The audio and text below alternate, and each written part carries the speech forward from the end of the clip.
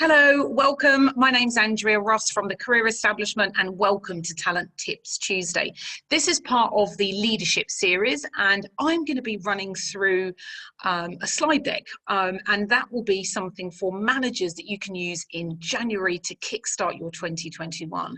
So for those listening, they may be managers or emerging leaders and you're sitting down with your team in January and you're thinking, how can I talk about the vision for 2021, but also be getting the team to reflect on what they learnt, what they achieved in 2020. So I'm going to run through a few slide decks that I use on some of my leadership training, and I thought it would be a good idea to share. And if you would like to have the slide deck, just drop me an email and I'll send them over to you. So this is really when you're sitting down with your team in January and you want to be painting a picture of what those achievables, what those goals are for 2021, it is a good idea to really reflect on how the team got on 2020. So I'm going to run through a few slides and make it a little bit obvious. So for your team, highlight for your team what were the achievements, what did you do as a team really well? You might be mentioning key individuals.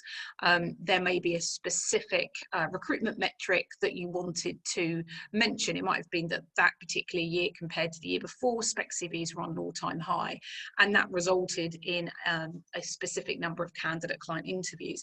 And it is a good idea to kind of compare that to like the year before, so that it's a really, you know, sometimes with managing recruiters, just by giving them specific metrics every week, it doesn't always sometimes sort of translate to them getting sort of buying into those metrics. So it is a really good idea to show them, because of those Spec CVs that went out the door last year, that resulted in candidate client interviews, and hopefully, fingers crossed, that also led to an increase in revenue. So then it's a lot easier you entering into 2021 being able to push up those Spec CVs as a metric, as a goal for consultants, because they see that actually leads to revenue. You might also be mentioning one of the biggest billers. You know, there might have been someone on the team that was new, or that it was their best quarter that they've ever had, or it was their best year, and really showcasing that. And if you are kind of calling or singling out an individual on the team, it is really important to also, when you're conveying this, because don't forget, you're not sending this slide deck, you're in a room, it's maybe an offsite, you're presenting this and you're talking about that individual. It's a really good idea to also be not just talking about their billings. It might be that as a result of them spending longer on business development or digging deeper onto their existing accounts, that led to that revenue. Give people an idea of how they got those numbers, because it's a really good learning point for other people on the team. You might have hired people in a year. You know, you might have someone starting in December, and you were mentioning that. Again, that's really nice to say it's a highlight of the year, because it's again showing growth on your team. And if you're hiring, you're obviously growing, you're doing well. It might be that they're assigned terms, you know, at full fees. And the reason I've mentioned that is obviously in tough times, as it has been in 2020, being able to sign full terms and conditions on your standard fees is an achievement, as opposed to having to reduce your fees. So be mentioning those. It might have been a record year for new contacts going on the system. It might be a record year for placements, or it might have been a record year for the average, you know, an average fee went from, on your team, 10k to 20k.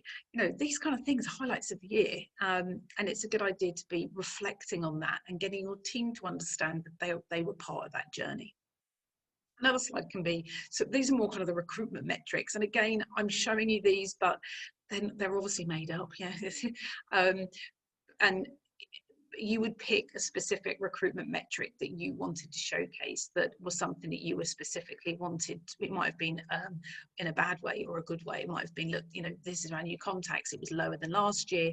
It's an area that I'd like to discuss further at the end of the presentation, how we can increase that. But it also could be a positive in that it was the highest amount of new contacts added as a team, and that resulted in a higher amount of CVs, that speculative CVs that went out the door. But this one is comparing September to October. I mean, you could do 2019 to 2020, but it's too long, right? It's not going to be a great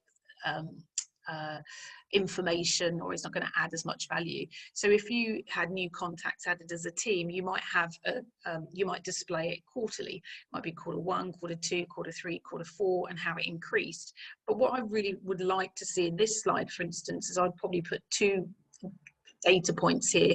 I would be comparing the new contacts added, and then I would try and see if there was a comparison with the amount of CVs, speculative CVs that went out the door. Because what I want to say to the team is, hey, we added new people on, but we also did something with them. We sent them spec CVs, that resulted in interviews, that resulted in more money. So we really kind of want to tell a story with the data. We don't just want to keep it flat. This one's spec CVs to clients. We might be comparing it against August, September, October. We do it the other way around. I hope there's these kind of slides. But again, I would have a story around that. It might be specific industries or specific consultants were speccing more out, or you were comparing it to either last quarter or last year. And at interviews with clients that were first rounds, second rounds, third rounds, you know, comparing September with October with November. You might want to just to compare 2 or 3 of the quarters in the year. I really like to see the first round, second rounds, third rounds, because again, you can really sort of, you know, you might have found that most clients only got to second rounds, or, hey, isn't that interesting that we're really low on our second rounds? Does that mean that we're getting candidates first interviews, but we're not prepping them enough?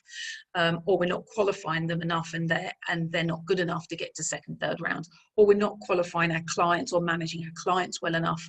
So again, you know, it's a discussion point with your team. This one could be new candidates. We've added new candidates to the database 2019 to 2020. So we've gone from 39% to 61%. It might be, and you would probably average this out. It wouldn't be on, you know, because you might have extra consultants on your team. So you obviously want to make sure that this data is relevant. But again, with those new candidates, that looks great, but I would want to know more details on that. I'd like to know, of that 61%, how many have we spoken to in the last month? It's all well and good adding a load of candidates on the database, but what have we done with them? Have we spoken to them? Have we sent them out to clients?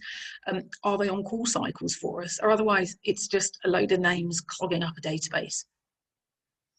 Now you'd have your financials, the most important, obviously. So we might be comparing 2017, 2018, 2019. Depends how long you've been, how long you've got the data. I mean, I don't know. You may have only just got a database, and you're only able to get that information now. So you obviously would just need to see where you are in your particular team. So this one will be actual versus target. So 2019, the actual was 920, and the actual, you know, the target was low. So we, you know, over exceeded in 2019. 2020, ignore the October, by the way, just completely ignore that. It's incorrect. You know, I'll be looking at that and saying, okay, so our target was just, you know, was 950. We were lower than what we expected. Okay, it's not ideal, but then it's not been a particularly great year. But then it's a learning point. You would be discussing with your team, or could we have done something different? You know, which specific areas do we think we could be doing differently for next year, so that we don't get to the point where you're not actually coming in on the right numbers. It might have been even a headcount thing. You might have lost people. You might have had turnover that really affected numbers. Again, can we have a better pipeline of candidates or recruiters coming through so that we don't get to that position? Another thing you can have is, you know, new hires starting the team. You know, I always really like to say who's starting the team in either January or who started in the year, because again, it's showing that you're growing, you're doing well, and if you're retaining them, or, you know, I would also put something on there on the lines of new consultant joined and within 2 months made 2 placements, you know, because then that shows that your onboarding is good, that you've got work for them, that they were a good hire, that they weren't costing the team any money. All those kind of things to talk about. They're exciting. Term signed. We want to be, I like this one because it's kind of saying, well done team. You've got all these clients, these are all made up clients obviously. You've got all these clients on full fees. We didn't have to reduce, and if we did, it was this particular company. Did we make any money out of them as a result of reducing fees? It might be no. And again, that teaches us for the following year, we may not negotiate with clients where we have to reduce fees because we might not get anything with them, whether that's because they're using loads of other recruiters and we don't get a look in, or we're not motivated to work on those roles because the fees are low. And then it might be last month terms assigned. The reason why some of these slides you'll notice sort of last month or October is because these slides could also be used monthly with your team, or they could use quarterly. You don't just, doesn't have to be on the whole year. You could be doing this quarterly with your team, or monthly, saying what have you achieved last month? What are we going to be doing next month? So it can be, they're quite versatile. This one I really like. This is one thing that most managers sometimes underestimate. This is a time where you've presented your information, but now it's the team's time, individually for them. And I would give them this slide before you entered into that presentation, is get them to present individually on what did they feel. I would do an individual one. How did they feel that they got on in 2020? What could they have done differently? And it's stop and agree. But then, and everyone in the team to do that. But then as a team discuss, what do we think we did really well at? What did we do less well, but actually worked? Is something we can do more of that? Might have been we did a few webinars, or we did a few virtual roundtables, and they really worked. We broke into new clients. We were able to work at a more senior level because we were seen as more experts in that field. We got more retained assignments as a result. Again, that is a discussion point. You want to encourage that in your team, that they also are looking at the data, coming up with assumptions, coming up with ideas on how they can do that better. Now, there's obviously a few more things you can put on there, but you don't want to be just getting up and doing a load of PowerPoints.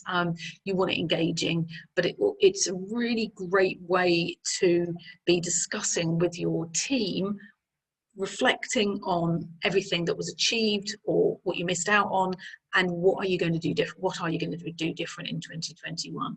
It pumps them up, but it's also about being, enthusiastic about what the year brings, whether it's new headcount, identifying, clarifying what your targets are as a team, what they are individually, and what you stand for. What is it that you are all going to do?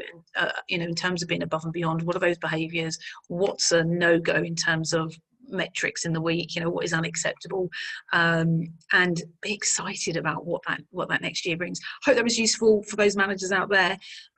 If you want the slide deck, don't be taking loads of pictures, just email me, I'll send it to you. It's all good. Good luck for 2021. Let me know how you get on with using those slides, and I hope you found it useful. Don't forget to subscribe to the YouTube. We want to know, you can then see what else is coming up. Follow us on LinkedIn.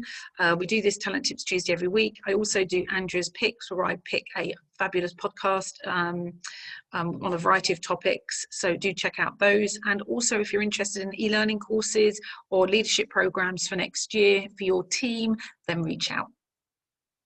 Goodbye.